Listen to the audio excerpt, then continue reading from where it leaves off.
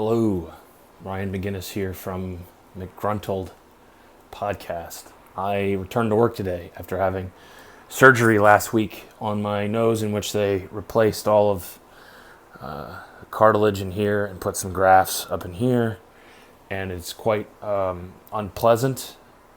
And the days were a little blurry based on the pain medication they gave me. Today is Tuesday, so it was 6 days ago. I'm supposed to be off for 10. I returned to work today, though, and it's weird in light of the work that I've been doing on my own history of experiencing trauma and how that has affected me and informed me. I don't feel like it's a big secret to anybody who knows me that I sort of have who I am is informed by trauma. Like, I'm a person who operates out of my limbic system a large quantity of the time, like out of fear, right? Like my monkey brain, my reptile brain. Like I'm perceiving threats, and I think in pictures. So I have this imagery of, like, it's been coming to me a lot lately. It's like the moment that I came into existence, it's like my body and my mind have been saying to me, like, something's wrong, this isn't right, something's wrong. I've lived my whole life like that. Feeling very, very uncomfortable and exhausting lots of energy trying to feel comfortable. And I take some time off from work, and when I start to take time off, like I went on vacation a month ago, and then I took these 6-7 days off for this operation, and I take this time off, and I feel like, yeah, I needed a break. And then I kind of am fearful of going back because routine is so important to me. But I went back today, and it's the same thing that always happens when I take any time off. And I'm a counselor. And so I go and I sit in other people's trauma and other people's discomfort, and I am comfortable.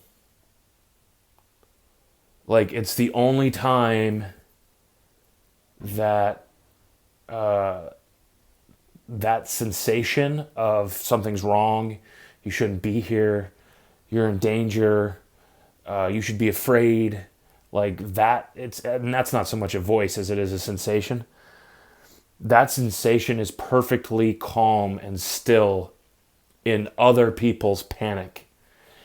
I think what it is, like, they come into my office, my clients come into my office, and I can see the distress that they're feeling.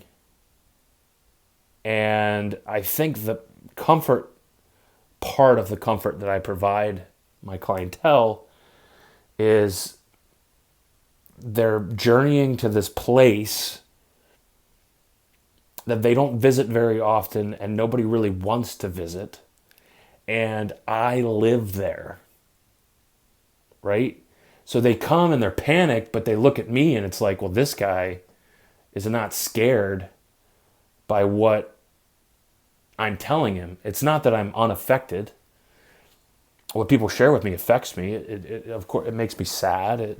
It sometimes angers me. It frustrates me. Things that people have experienced, but it doesn't affect me in the sense that I know exactly what to do when it feels like I know what to do. And if I don't know what to do, it's not so much knowing what to do, that's the wrong word. It's not that I know what to do, it's that other people can tell I'm comfortable in their suffering. And I, like, a part of me, when I hear myself say that out loud, I'm like, is that healthy?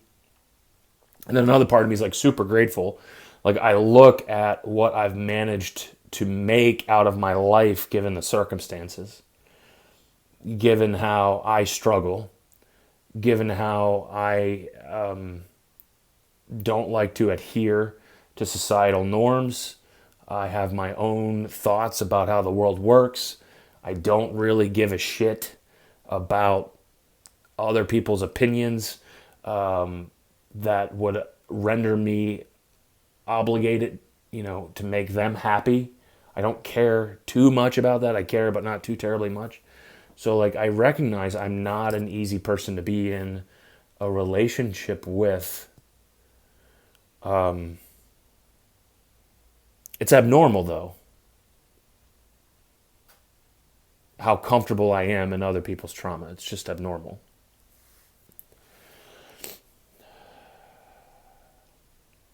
I started with a counselor recently. After not liking most every counselor that I went to, I called my professor from seminary who taught counseling when I was in graduate school, and I started with her. And she's sort of the only one I trust.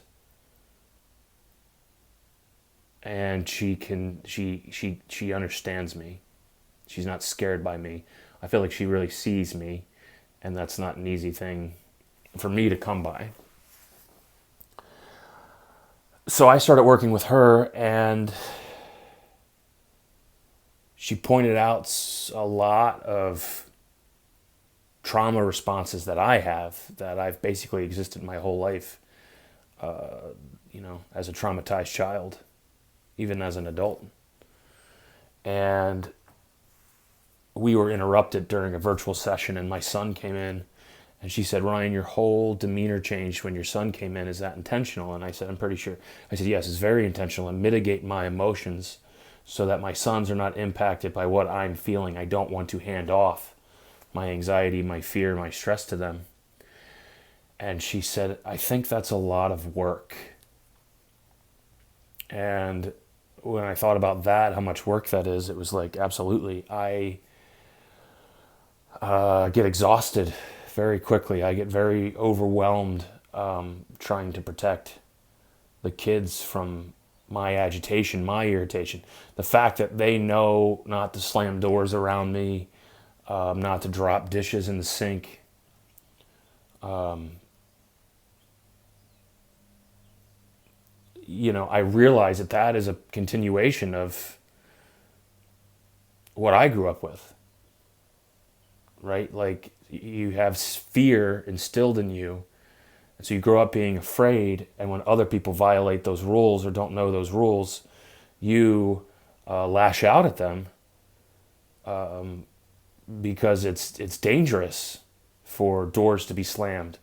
Like, so now my sense of alert goes through the roof when a door is slammed or a cabinet is thrown shut, or like anything like that. And my sons know that. I don't think they're afraid, but they do know.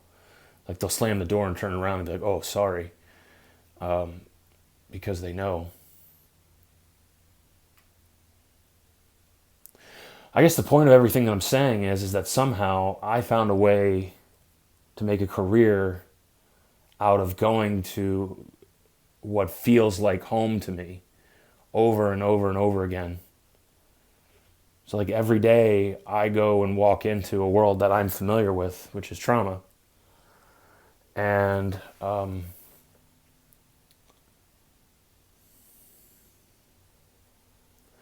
when I started working with veterans, and they all, almost 100%, said the same thing about how they wanted to get back. They couldn't wait to get out, and then they get out and like, "Oh shit, I got to get back." And it's because trauma, prolonged exposure to trauma, just feels like home. It's like we're familiar with it. It's what we know. So I've found a way to justify being in the proximity of trauma without destroying myself and being an agent of change, being able to help others. Like, on one hand, I feel like that's an accomplishment. Like, I just see the faces of people who have come into my office that I know have been helped by our work together, the work that they put in, and by our journeying together.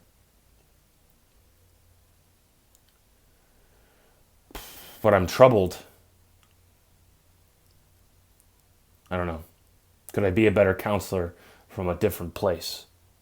Like, do I have to march into trauma every day because that's what feels like home to me for the rest of my life? Is that what I want? And not only that, but does that framework of how I do counseling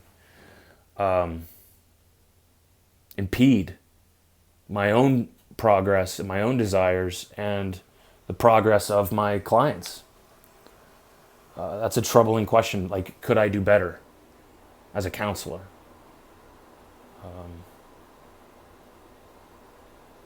I miss doing the work, and I feel foolish for not doing the work of like going to a therapist myself. And that was foolish. That was stupid. I miss having the courage to be open and honest about my struggles without worrying about the perception of others. I feel like that's coming back to me sincerely, like being able to be transparent because my transparency helps other people. But anyway, that's what I'm working through. I'm doing some trauma work. I'm realizing a lot of things about myself and how I operate and why I operate the way that I do, and the magnitude of just how much my past experiences impact my present day. I see the toll it's taking on me, and it's overwhelming. But I'm going to continue doing the work. I'm going to continue being a counselor. I'm just going to reflect on how I can be better at both, right? Like how I can be healthy and thereby help my clients be healthier. Hope that made sense. Thanks for listening. Drop any comments you might have if they're constructive. If you want to say anything that's like critical, you can go fuck yourself.